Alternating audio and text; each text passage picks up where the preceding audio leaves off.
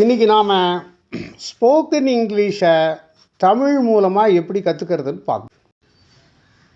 நீ மத்தியான சாப்பாட்டுக்கு என்னப்பா பண்ணுற? நீ மதிய உணவுக்கு என்ன செய்கிறாய்?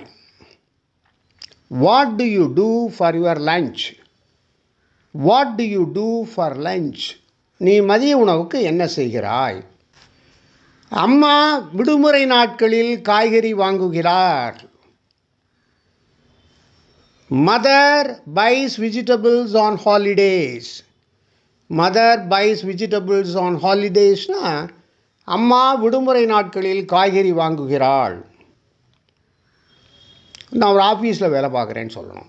நான் ஒரு அலுவலகத்தில் வேலை பார்க்கிறேன். I work in an office. I work in an ஆஃபீஸ்னா நான் அலுவலகத்தில் வேலை பார்க்கிறேன். ஒரு ஃப்ரெண்டு வர்றான், அவனை கூப்பிடுங்கிறான். அவன் வந்து அந்த அடுத்த ரூமுக்குள்ளே போயிட்டுருக்கான்னு வச்சுக்கோ. மணி அந்த அறைக்குள் செல்கிறான். மணி அந்த அறைக்கு செல்கிறான். Mani goes to the room.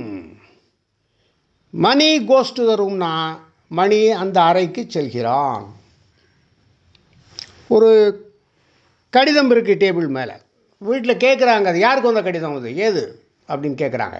அது எனக்கு வந்ததுப்பா அப்படின்னு சொல்லணும். அந்த கடிதம் எனக்கு வந்தது. தி லெட்டர் இஸ் ஃபார் மீ.